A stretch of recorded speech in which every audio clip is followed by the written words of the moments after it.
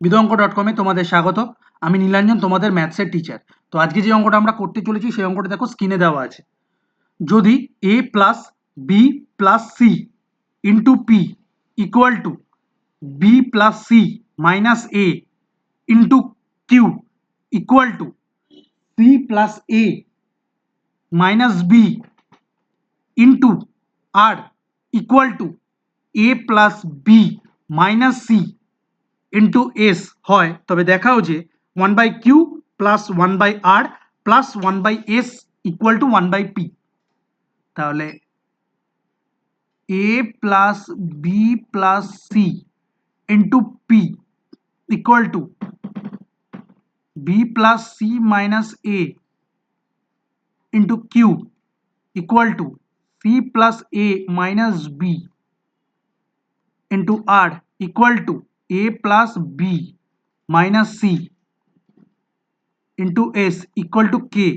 ধরি কে কি, কে হচ্ছে একটা কনস্ট্যান্ট বা ধ্রুবক। তাহলে আমরা এখান থেকে কি লিখতে পারি, দেখো A plus B plus C into P equal to K. তাহলে এখান থেকে আমি লিখতে পারি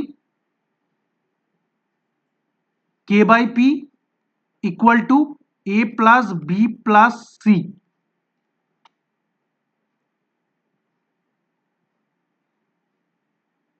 সেকেন্ড দেখো B plus C minus A into Q equal to K.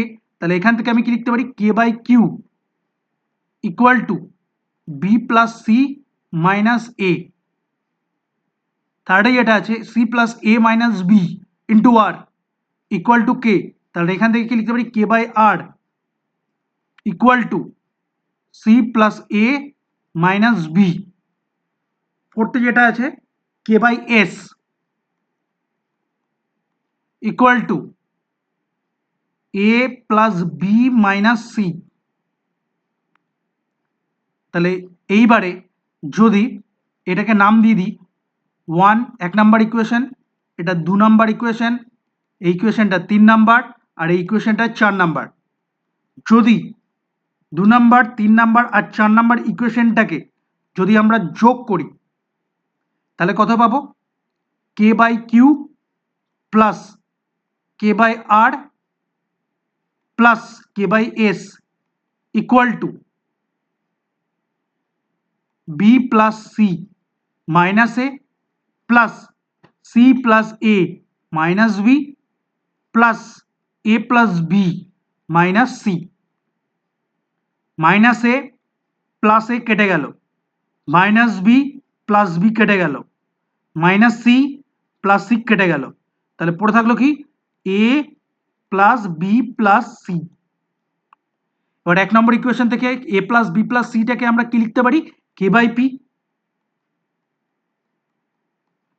K by P, তাহলে আমরা কে বাই কিউ, আমাদের লেফট হ্যান্ড সাইডে কি আছে K by Q plus K by R plus K by S.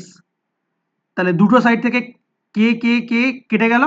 তাহলে এখান থেকে আমরা কি পেলাম 1/q plus 1/r plus 1/s equal to 1/p। প্রমাণিত। বিদঙ্ক.com-এ এই সলিউশনটি দেখার জন্য ধন্যবাদ।